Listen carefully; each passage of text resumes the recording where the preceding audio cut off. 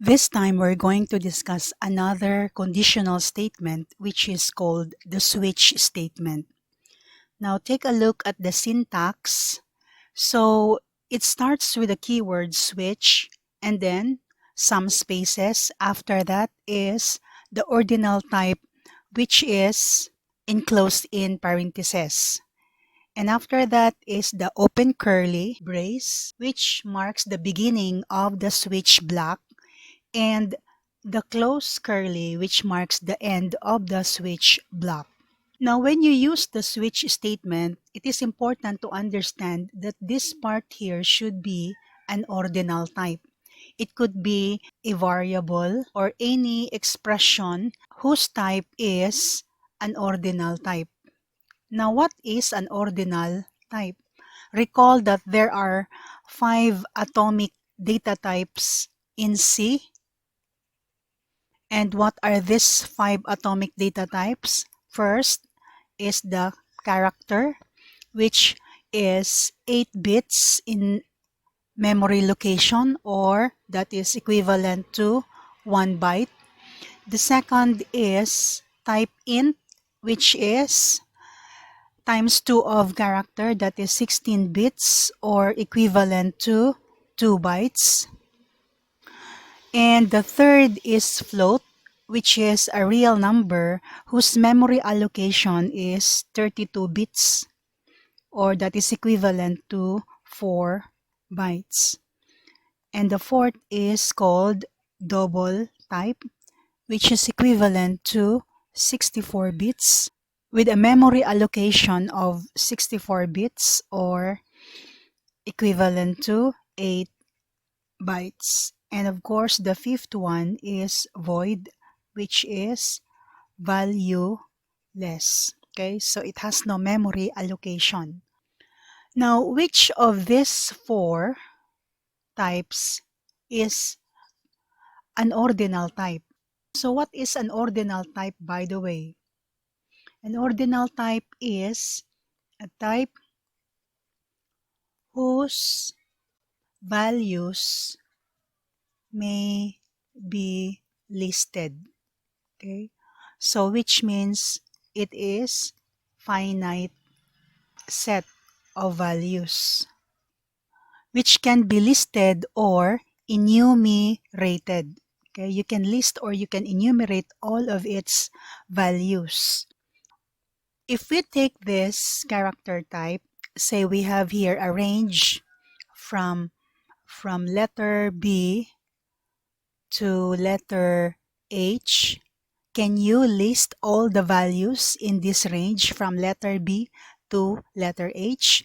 Yes, of course. We have B, C, D, E, F, G, and finally H. Okay, we can list and we can enumerate all the values within this range.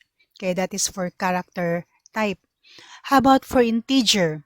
Say given a range from say -3 to 7.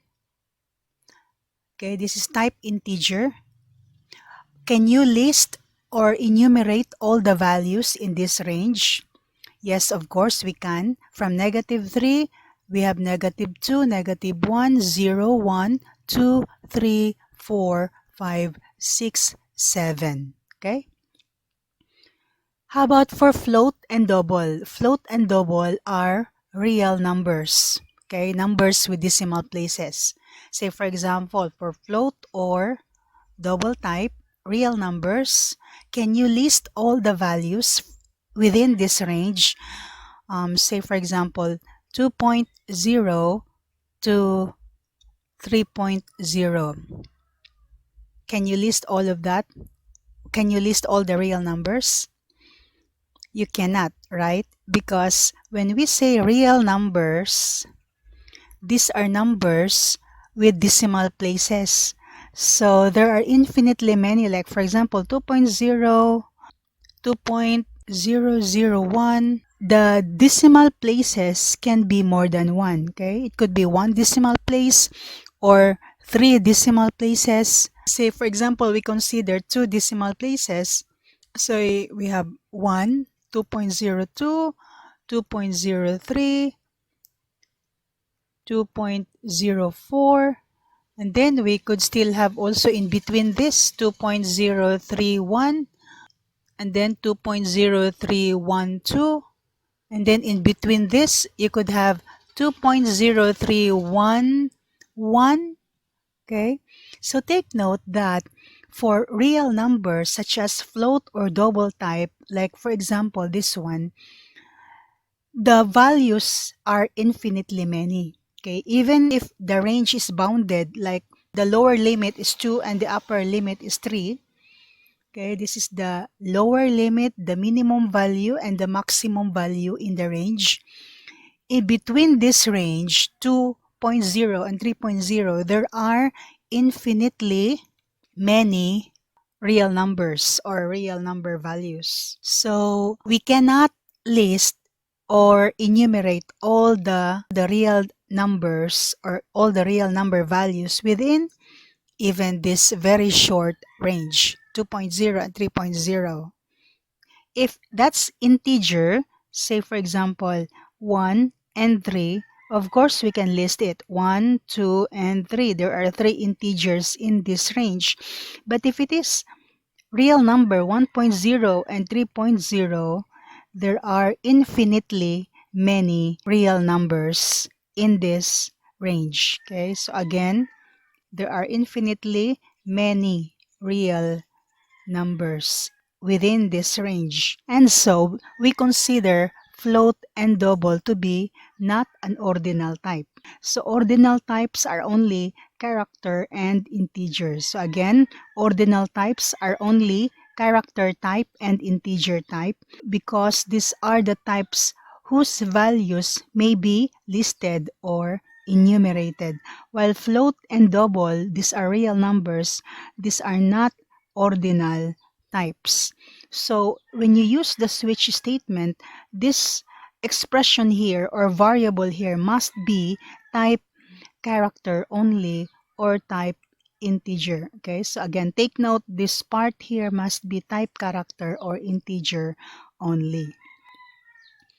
Now, inside the switch block or the body of the switch statement, you have here finite number of cases. Okay, so value 1, value 2, up to value n, say there are n finite values of this expression, okay, of the ordinal type.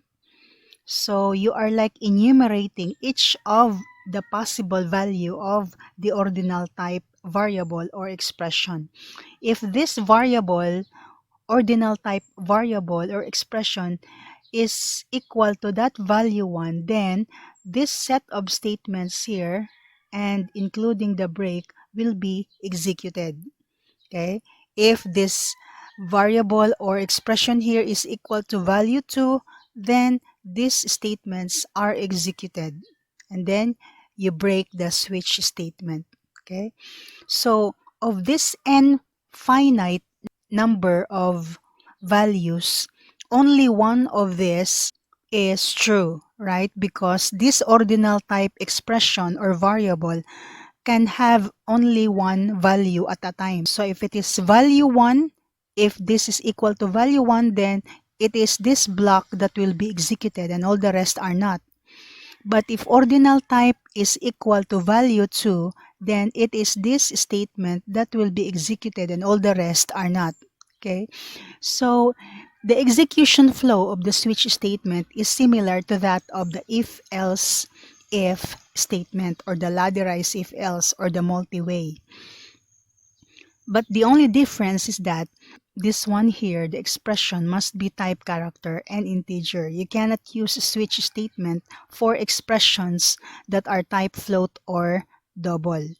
Now, if the value of the ordinal type expression is none of the listed values here in the cases, none of value 1, 2, up to value n, then the default is executed. It is these statements that will be executed, the default statements. Now, what is the purpose of this break statement here? The break statement is to terminate the switch statement, because the ordinal type has only one value at a time. If it is found to be value 1, then you execute all these statements and then you break the switch so that all the rest of these cases and the default will be skipped.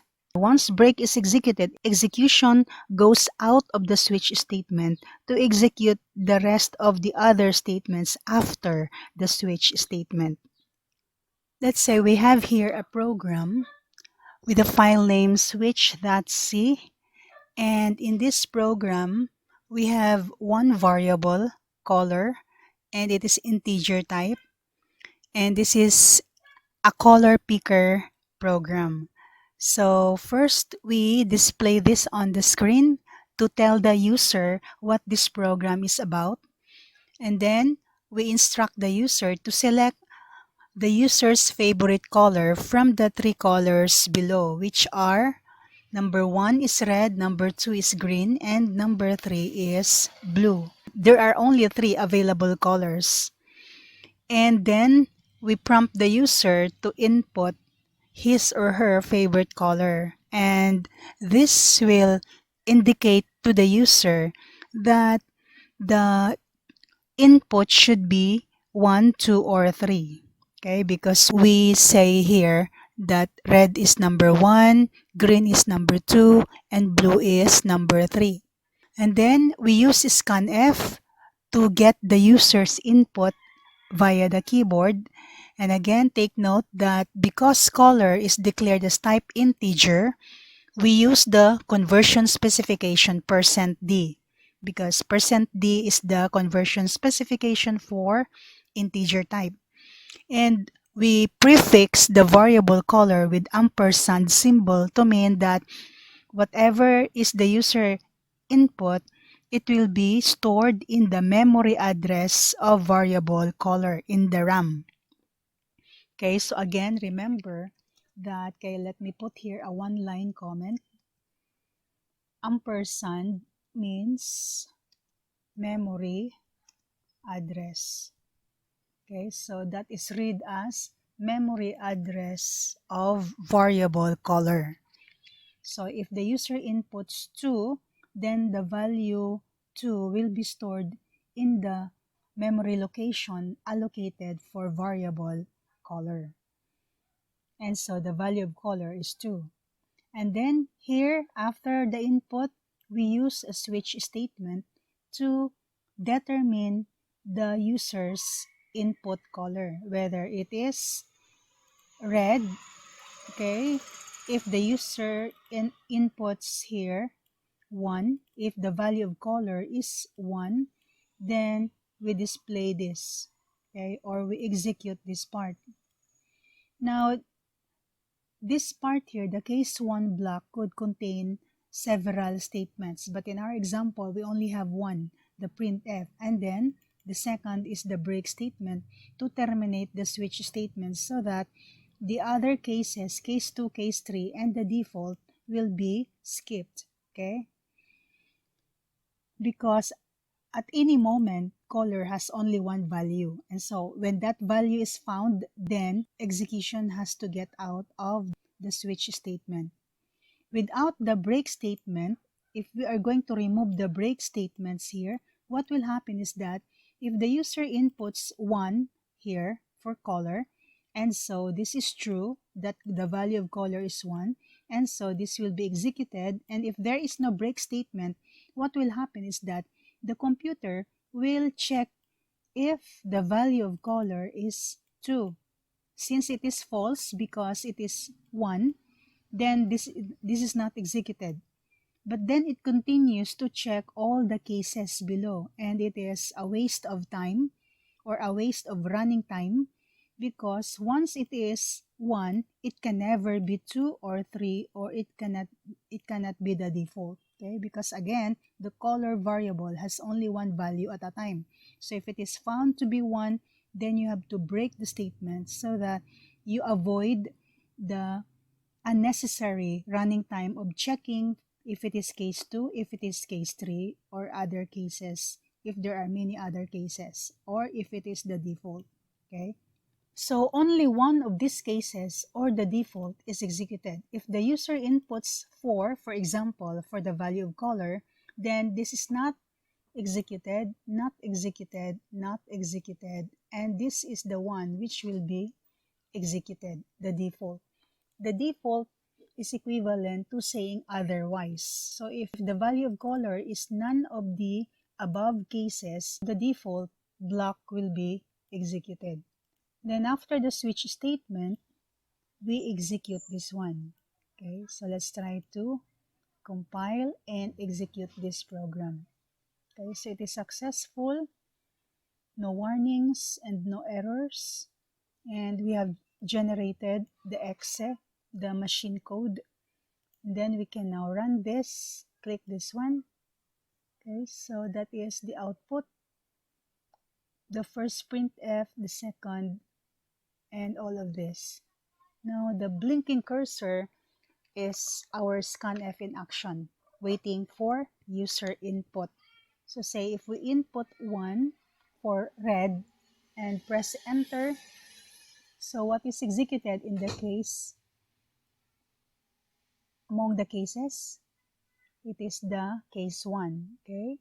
So the output is your favorite color is red, and then after that, the switch statement is terminated and it goes out to execute the next statement after the switch statement is this printf, and that is to say thank you for using this app and then have a colorful day. And take note that this have a colorful day is displayed on the next line because of the new line character, which is \n.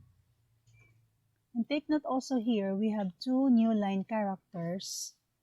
That is why we have one vacant or empty line here, in this part and in this part.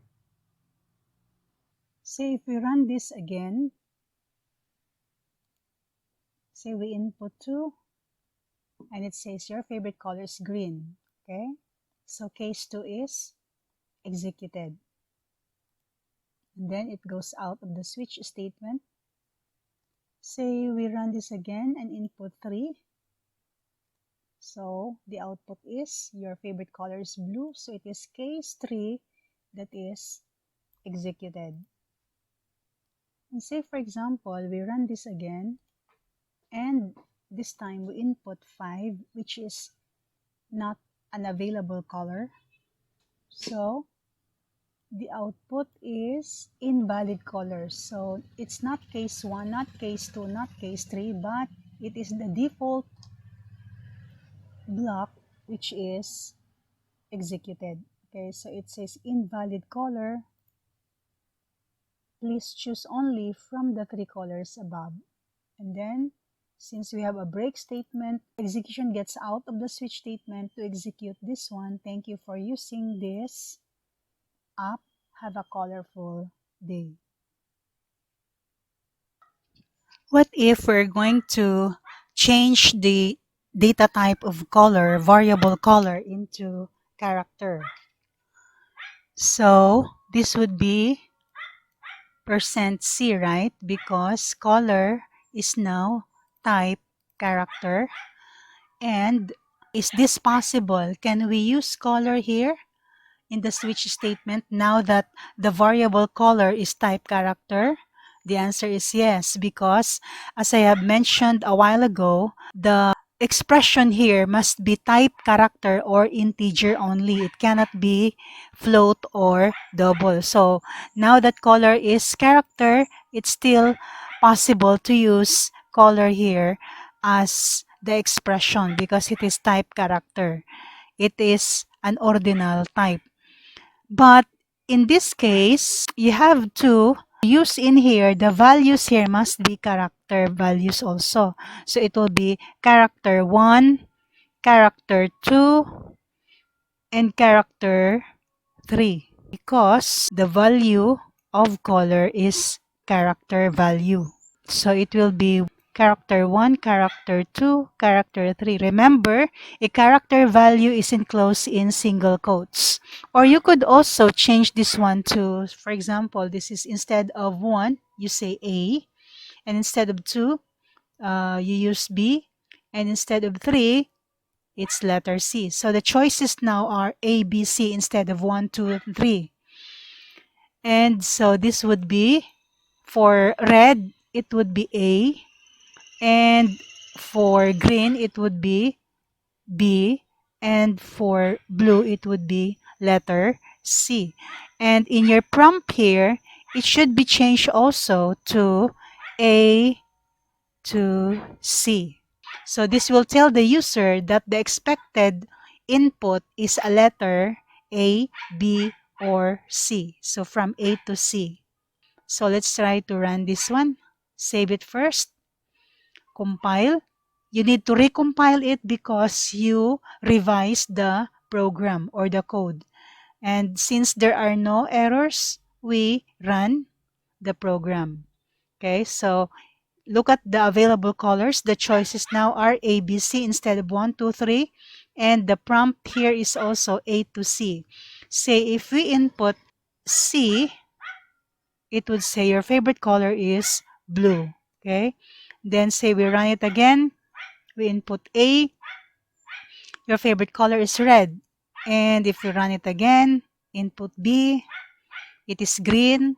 And if we run it again, say X, it would say invalid color because the choices are only A, B, C, and not any other letter.